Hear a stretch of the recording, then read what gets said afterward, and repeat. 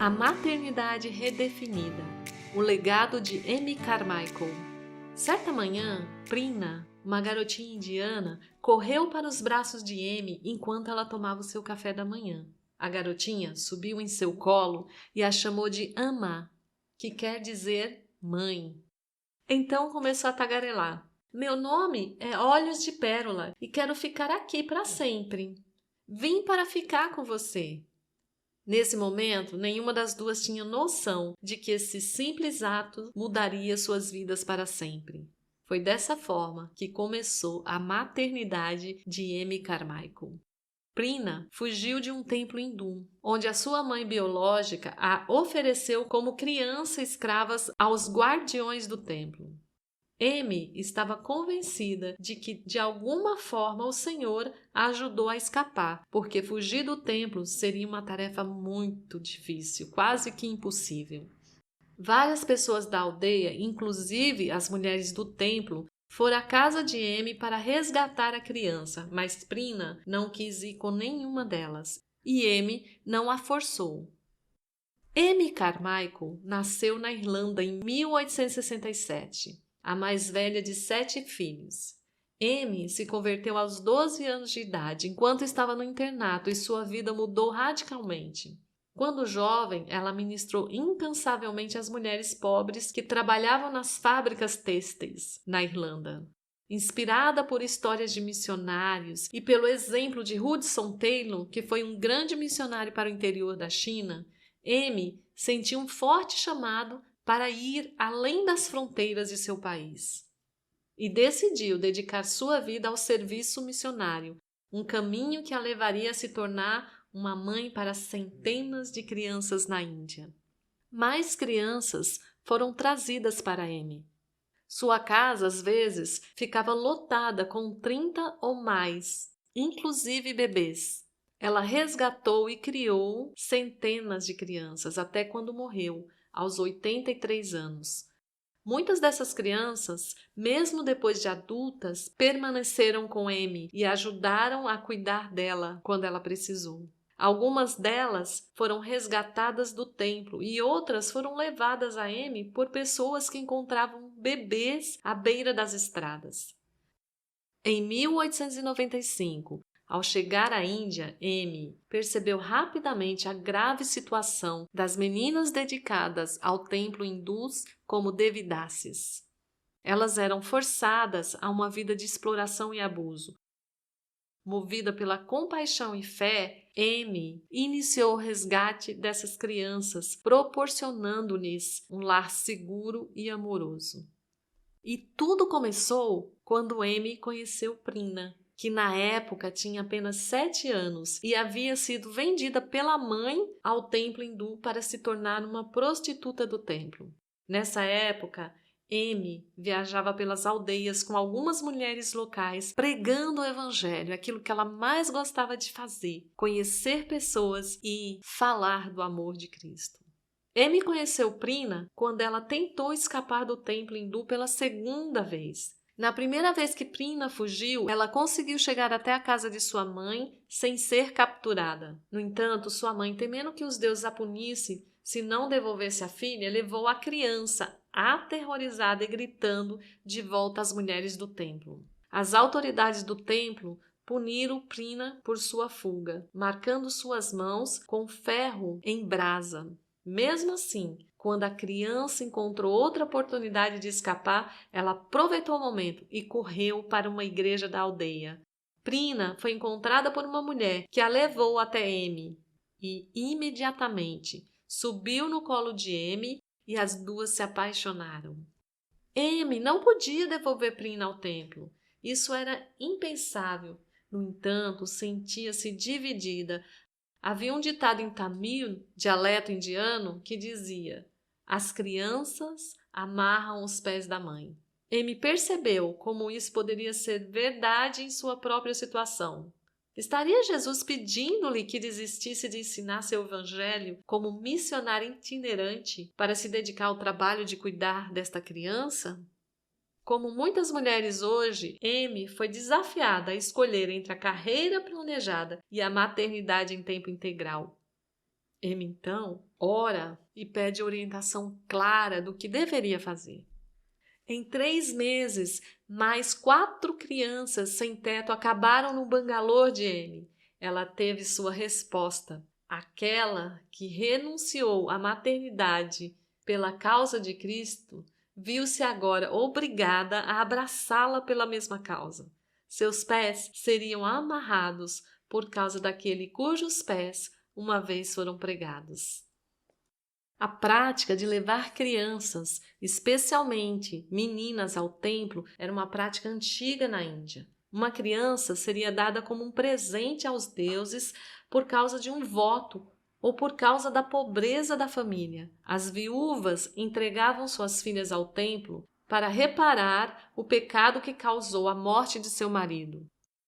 Uma garota dada ao templo era chamada de Devidasi e se casaria com o deus do templo. Ela seria obrigada a cuidar do templo e realizar rituais cerimoniais. Mas a sombria realidade era que ela era uma escrava. Essas meninas muitas vezes sofreram horrores incalculáveis. A prática era a forma antiga e religiosa do que hoje chamaríamos de tráfico sexual. A chegada de Prina coloca Amy cara a cara com a sombria realidade do tráfico sexual infantil. Amy tinha ouvido rumores sobre ele, mas de repente o objeto estava bem na sua frente. E quanto mais ela começava a fazer perguntas, mais sombria e horrível essa realidade se tornava. Amy sabia que Deus a estava chamando para fazer algo a respeito. O que Amy encontrou foi um submundo sombrio, toda uma variedade de maneiras pelas quais as mulheres e os sacerdotes do templo obtinham meninas. Algumas meninas foram dedicadas ao templo por voto familiar. Outras foram vendidas por causa da miséria dos pais ou para oferecer dinheiro para cerimônias e rituais exigidos. Depois que uma menina era vendida, ela se tornava propriedade do templo. Era um comércio lucrativo e não seria fácil fazer algo a respeito. Com a ajuda da missão com a qual trabalhava e contribuições de casa, Amy fundou um orfanato para abrigar as crianças indesejadas e ameaçadas da Índia. Amy dedicou-se completamente ao seu papel de ama, mãe. Não apenas administrou um orfanato com inúmeras crianças que resgatou, ela cuidava dos seus filhos como se fossem seus e os chamavam de família. O crescimento espiritual deles era tão importante para ela quanto o bem-estar físico. Ela pessoalmente os amou, ensinou-os e disciplinou. Em alguns casos, Amy arriscou ir para a prisão para lutar legalmente pelas crianças que estavam em situações domésticas perigosas por causa do sistema de castas hindus.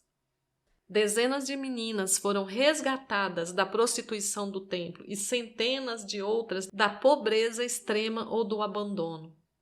Ao obedecer ao chamado de Deus para o trabalho como mãe de tempo integral, Amy Carmichael fundou não somente um orfanato, mas uma pequena vila que está ativa até os dias de hoje.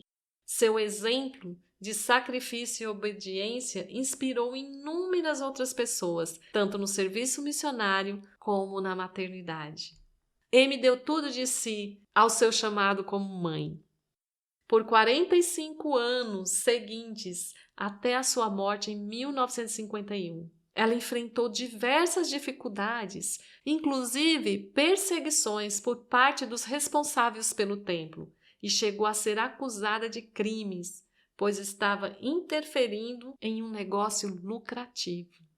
À medida que havia mais espaço, mais crianças começaram a chegar. Elas não podiam retornar para suas famílias hindus ou muçulmanas, pois foram resgatadas do templo e as famílias não aceitavam de volta. Com o tempo, mais terrenos foram adquiridos, uma escola foi inaugurada, um hospital foi construído e, claro, uma linda igreja também foi construída. Uma seção para meninos foi adicionada quando perceberam que os meninos também estavam sendo escravizados nos templos. No final da vida de Amy, o orfanato havia se tornado um ministério, um ponto avançado de pregação do Evangelho. tanto em palavras quanto em ações. Seus funcionários, voluntários e crianças formavam uma pequena aldeia de quase 1.000 pessoas.